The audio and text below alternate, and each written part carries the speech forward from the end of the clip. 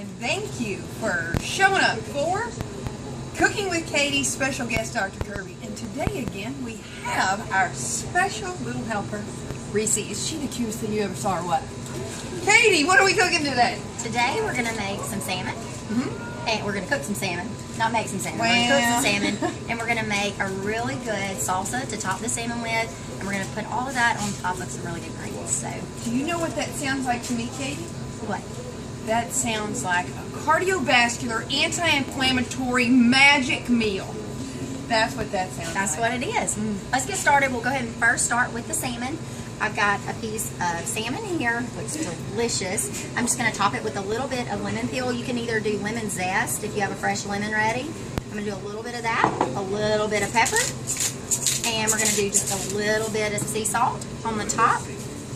And I'm going to do just a dash, just a little tiny dash of honey on the top, just a drizzle. We're going to stick that oven and let that cook on 425 while we are making the salsa. 425. So we're just going to slide that in the oven.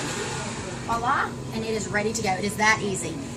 This salmon is a wild caught salmon. I don't know if you want to talk a little bit about why wild caught salmon is so much better for you than... well, as we know, big fish eat little fish. And so if you're wild caught, then the fish are actually eating fish. Well, whereas if you are not wild, then the fish are actually eating corn. So remember, you are what you eat. You can and with salmon, also they're a smaller fish. So a lot of times, a lot of people sometimes worry about the mercury levels. With smaller fish, a lot of times you don't have to worry about the mercury levels. Exactly. That's true, right? That is true. That is true. I would also like to say that, so if you have the wild-caught salmon, then you have an increased amount of omega-3 fatty acids. And it's the omega-3 fatty acids that are actually the anti-inflammatory ones that you need that have been researched and studied to be helpful in cardiovascular conditions, kidney conditions, cancer, asthma, eczema, all types of inflammatory conditions, including autoimmune arthritis. And omega-3s actually you have to consume with food. Omega-3 is not something that your body just naturally produces. So it's so important to get those in healthy types of food like salmon. Exactly. I know a lot of times you can get omega-3s from flaxseed, things like that, but the body really... so if you're vegetarian, those are good things if you're not going to eat salmon. But the salmon, the way that fish with the omega-3s, it's just a little bit better for the body. Well, the fish is directly at what's called EPA and DHA. However, if you eat the flax and things like that, you actually have to have an enzyme to convert that into those omega-3s. And often that enzyme is used for other things. Remember, you only have a certain amount of enzymes, and it can be used to go one way or the other. So it depends on how many cofactors you have and the other things that you're eating. If you're eating a lot of sugars, inflammatory items, then your fats are going to be shunted towards inflammatory. If you eat something that has to be converted. Whereas if you eat something that's anti-inflammatory, they're going to be shunted the other way. So you literally are what you eat, either inflammation or non-inflammation. I love salmon. I mean, people ask me how many times a week do I eat it. I try to eat salmon twice a week. I'll call salmon. So I don't know what you recommend, but I try to at least have it twice a week. It's a great source of protein. It is. And I am all the time telling people it's not what you do one day, it's what you do every day. Consistency is the key. Exactly. And when you eat the foods, you actually get the cofactors, minerals, vitamins, and supplemental substances that can actually use to help the body use those omega-3s more and put them in the right direction, and I like that. Okay, so today we got the salmon in the oven. We talked about the great benefits of salmon, how they're good for your body. We're making a salsa now to top that salmon with. A couple of different things here. You can do mango, pear.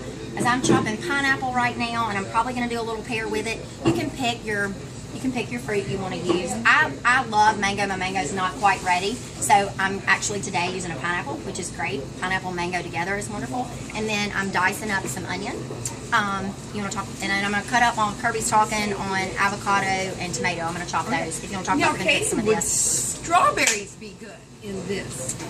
You could use strawberries in it. I probably would just dice strawberries and put them on the side of the salad instead of on the salsa. But you could definitely, the way that with the lime juice, the strawberries kind of break down. It kind of gets mushy a little bit to me. A little bit. I love strawberries, so I think strawberries on anything is great. But I like the texture, if you're a texture person, of like the mango, pineapple, or pear. Well, if you remember, I did say that the omega-3s can be used in allergy conditions like asthma, eczema, things like that. So the pineapple contains bromelain, which is often given on an empty stomach for such reactions as this. At Vitamins Plus, they actually have a product called super quercetin, and part of that in that is bromelain, and it's for its anti-inflammatory effects. But what we have here in the salsa also are pears and avocados, and we did feature avocados before. They're great for cardiovascular. We love avocados. Love them. You like avocados? You want a bite of avocado? She loves avocados. Oh, yeah. Look at that. Honey, that girl will eat anything. I've seen her eat more ice cream than a 250-pound man. But so we're going to add the avocados in with the pineapple, tomatoes, and the onion. I'm going to let you try it in just a minute. And we're going to top that with a little bit of pepper and salt. I'm going to add just a little bit of the the pear in there. She's hungry, she says. She can't wait to try this. A little bit of lime juice. What are some of the benefits of lime? Lime is absolutely spectacular. Again, it's a fruit. And often added to water to help, with the liver qi, detoxification, and things like that. So that's gonna, if you want to put a little bit of that sea salt on the top, Dr. Kirby, and a little bit of pepper. Oh, sure. And also remember, it's great with a margarita. And I love salt. You ready? Perfect. Look at that onion. You know I love onion too. So right now, just to go over one more time, we have diced pineapple, tomato, onion, avocado. We added a little bit of pear, sea salt, and pepper. And I like to just add a dash of olive oil. We're going to put this, just mix it all together really well. And we're going to put all of this on top of our salmon. And we're going to do a bed of lettuce underneath. If you want to add, like Dr. Kirby talked about, I've got a plate right here, Dr. Kirby. If you want to get a mixing spoon and mix it for me. You can put the rest of your avocado on the side of your salad. You can put some nuts, strawberries, if you want to add some of that to your salad. Today we're just going to do... And I was reading that strawberries may be helpful for hangover. Good for that. Good for that if you're drinking the margarita. No margaritas and no hangover for me. Me neither. Me neither. I love greens though, and I love lettuce, and I love what they do for the body, and I love how they taste. They're so fresh, and love topping it with salmon. She loves lettuce too. You can tell she's my child. Oh yeah. Okay, now one other thing while I'm mixing this up, while that salmon's cooking. I have read that with children, if you give them good omega-3s like salmon, that it also can help with ADHD. It can. The EPA as well as the DHA, fats coat the brain. Fats are used on actually 60% of the brain is made up of fat. Is that right? I'm not sure about the percentage, but I do know, yes, very important. Now, it's a lot of different kinds of fat. You have phosphatidylserine, phosphatidylcholine, all kinds of things. But yes, EPA and DHA also are great for liver health. And often in ADHD, you find what the Chinese call liver qi stagnation. There can be some heart heat as well. And in both of those conditions, what I've found is that the omega-3s can be very helpful in those too. And ADHD can be an extremely inflammatory condition. So it's a good idea to, use good dietary measures as well as possible supplements. Now, if you're on any kind of medications already, it's always a good idea to check with the prescribing physician to see if it's okay for you to be taking certain supplements with that. Okay, are you ready to get the salmon out? Do it. I think I have somebody on me today. Okay, what I did was, just so that nothing goes to waste, you ate that. I've got the avocado on the side with the pear. We're going to stick the salmon right in the center. Dr. Kirby has mixed our salsa up. I'm gonna grab the salmon out of the oven. You know me, I can hardly wait to eat it. We're gonna, and here at, I actually get my salmon here at Vitamin Plus. They actually have it over in the frozen section. It's the sockeye salmon fillets that are wild caught. They're delicious. They are so that's delicious. actually the salmon that we use today. We have some at home in the freezer. A funny story, Dr. Kirby. Last weekend, my husband had a triathlon in Jackson, and my brother-in-law, I brought dinner to the house to cook at their house, and we had salmon. And he said, "Oh, I don't like salmon. I've never liked salmon." I said, "Have you ever had good salmon?"